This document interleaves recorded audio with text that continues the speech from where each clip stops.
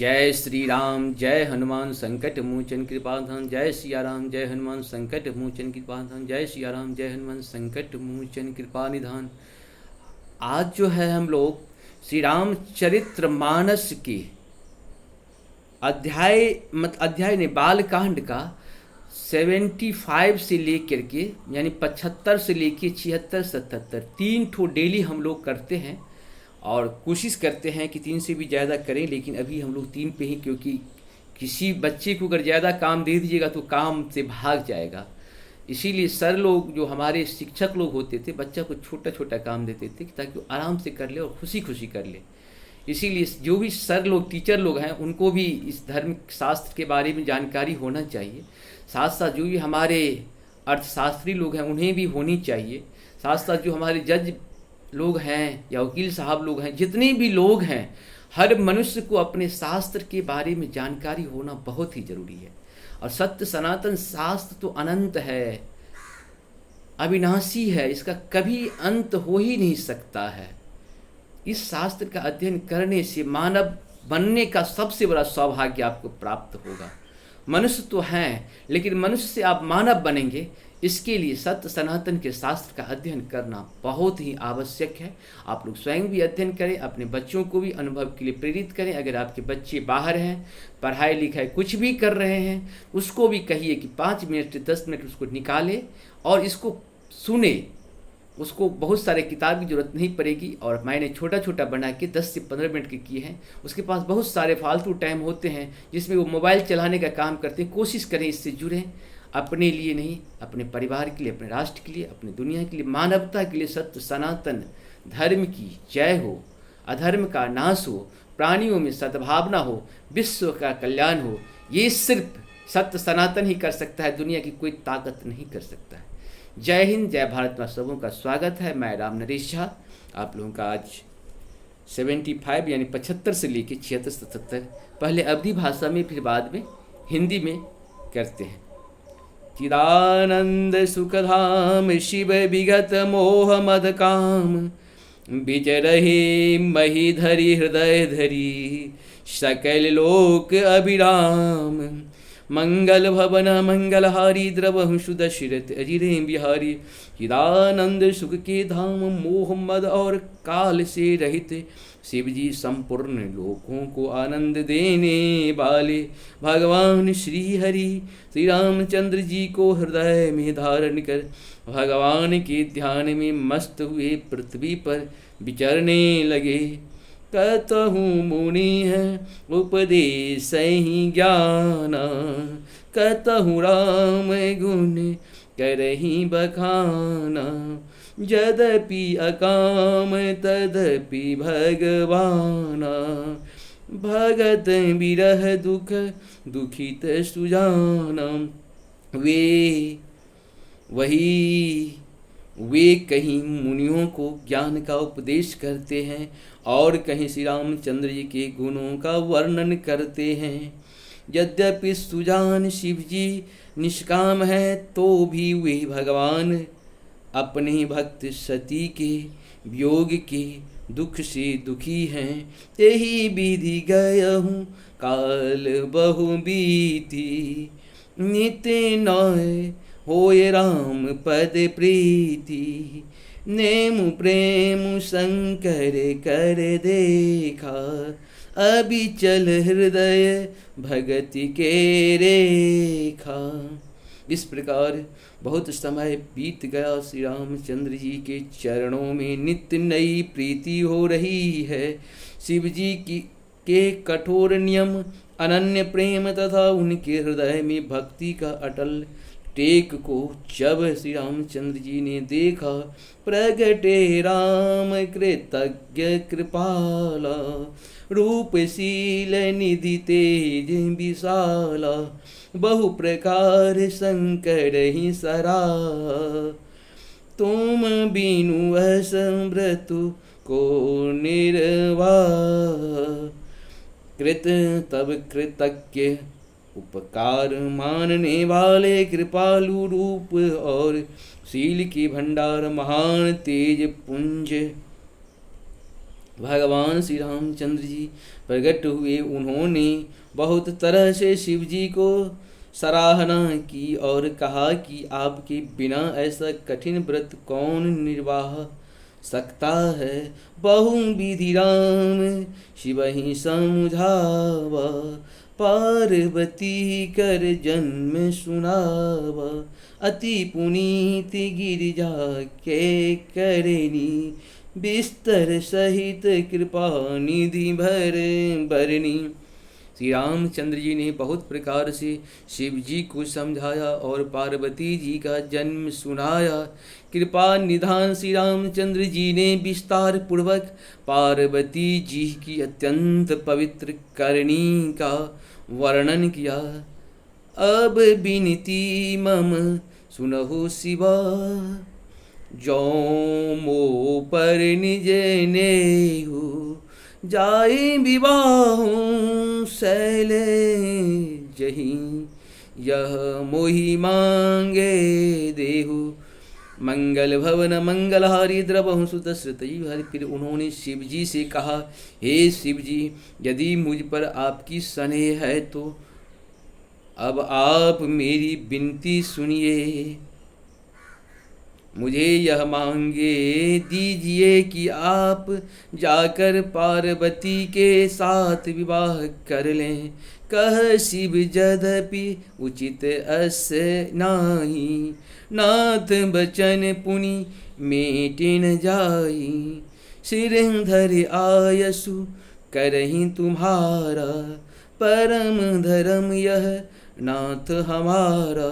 शिव जी ने कहा, यद्यपि ऐसा उचित नहीं है, परंतु स्वामी की बात भी मेटी नहीं जा सकती। हे नाथ, मेरा यही परम धर्म है कि मैं आपकी आज्ञा को सिर पर रखकर उसका पालन करूं। मातु पिता गुर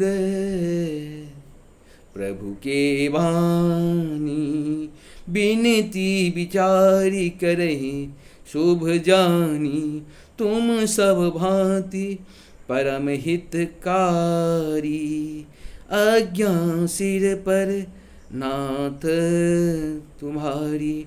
माता पिता गुरु और स्वामी की बात को बिना ही विचारे शुभ समझ कर करना मानना चाहिए। फिर आप तो सब प्रकार से मेरे परम हितकारी हैं। हे नाथ, आपकी आज्ञा मेरे सिर पर है। प्रभु तो सहु सुनी शंकर बचना, भक्ति विवेक धर्म जुत रचना। कह प्रभु हर तुम्हार पन रहूं, अब उर राखूं जो हम कहूं। शिव जी की भक्ति ज्ञान और धर्म से युक्त वचन रचना सुनकर प्रभु श्री रामचंद्र जी संतुष्ट हो गए। प्रभु ने कहा, हे हर, आपकी प्रतिज्ञा पूरी हो गई। अब हमने जो कहा है उसे हृदय में रखना। अंतर्धान भय अस भासी, शंकर सोई मूर्ति उर राखी। तबहि सप्तऋषि शिव पही आए, बोले प्रभु अति बचन सुहाए। इस प्रकार कहकर श्री रामचंद्र जी अंतर ध्यान हो गए। शिव जी ने उनकी यह मूर्ति अपने हृदय में रख ली। उसी समय सप्तऋषि शिव जी के पास आए। प्रभु महादेव जी ने उनसे अत्यंत सुहावने वचन कहे। पार्वती पही जाए तुम्हा, प्रेम परीक्षा लेहु। गिरि प्रेरी पठयहूँ भवन, दूर करहूँ संदेहु। मंगल भवन मंगलहारी, द्रवहूँ सुदशरथ अजिरे बिहारी। आप लोग पार्वती जी के पास जाकर उनके प्रेम की परीक्षा लीजिए और हिमाचल को कहकर उन्हें पार्वती को लिवा लाने के लिए भेजिए तथा पार्वती को घर भिजवाइए और उनके संदेह को दूर कीजिए। मंगल भवन मंगलारेंद्र सुदशिरत जिन बिहारी। ऋषि न गौर देखहि तहु कैसी, मूरति मंत तपस्या जैसी। बोले मुनि सुनि सहले कुम्हारी, करहूँ कबन कारण तपु भारी। ऋषियों ने वहाँ जाकर पार्वती जी को कैसे देखा, मानो मूर्तिमान तपस्या ही हो। मुनि बोले, हे शैल कुमारी सुनो, तुम किस लिए इतना कठोर तप कर रही हो? के ही अपराध हूँ का तुम चहूँ, हम सन सत्य मरम के न कहूँ। कहत बचन मुनि अति सकुचाई, हसहु सुनी हमारी जरताई। तुम किसकी आराधना करती हो और क्या चाहती हो? हमसे अपना सच्चा भेद क्यों नहीं कहती? पार्वती ने कहा, बात कहते मन बहुत सचाता है। आप लोग मेरी मूर्खता सुनकर हंसेंगे। सुन हट परान सुनई सिखावा, चाहत बारी भर बेते बनावा। नारद कहा, सत्य सोई जाना, बिना पंखन हम चही उड़ाना। मन ने हट पकड़ लिया है, वह उपदेश नहीं सुनता और जल पर दीवाल उठाना चाहता है। नारद जी ने जो कह दिया उसे सत्य जानकर मैं बिना ही पाँख के उड़ना चाहती हूँ। देखो मुनि अविवेक हमारा, चाहे सदा शिव ही भरतारा। ए मुनियों, आप मेरी अज्ञान तो देखिए कि मैं सदा शिव जी को ही पति मांग बनाना चाहती हूँ। सुनत वचन भी से ऋषय, गिरि संभव तब देह। नारद कर उपदेश सुनी, कहूँ बसहूँ किसूंगे है। मंगल भवन मंगलहारी, इंद्र वंशुद शिरत अजिरे बिहारी। पार्वती जी की बात सुनते ही ऋषि लोग हंस पड़े और बोले, तुम्हारा शरीर पर्वत से ही उत्पन्न हुआ है, भला कहो तो नारद का उपदेश सुनकर आज तक किसका घर बसा है। दक्ष सुतन उपदेश ने जाई, तीन फिर भवन न देखा आई। चित्रकेतु कर धरू भाला, कनक शिपु कर पुनि अस हाला। उन्होंने जाकर तक्ष के पुत्रों को उपदेश दिया था, जिससे उन्होंने फिर लौट कर घर का मुंह ही नहीं देखा। चित्रकेतु के घर को नारद ही चौपट किया। फिर यही हाल हरणाकश्यप का हुआ। नारद सिख जे सुनहि नर नारी, अबसी होहि तजि भवन भिखारी। मन कपटी तन सज्जन चिन्हा, आपु सरिस सभी चह किन्हा। जो स्त्री पुरुष नारद की सीख सुनते हैं वे घर बार छोड़कर अवश्य ही भिखारी हो जाते हैं। उनका मन तो कपटी है, शरीर पर सज्जनों के चिन्ह हैं। वे सभी को अपने समान बनाना चाहते हैं। तेहि के बचन मान विश्वासा। तुम चाहो पति सहज उदासा। निर्गुण नीलज कुबेश कुपाली। अकुल अगेह दिगंबर ब्याली।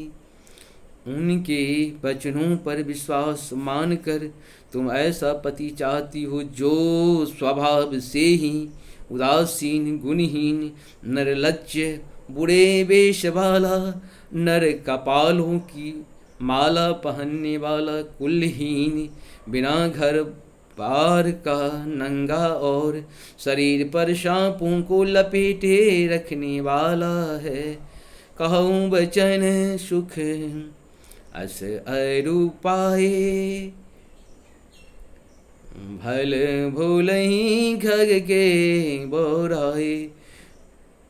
पंच कहूँ सिय सती विबाहु पुनि अब डेरी।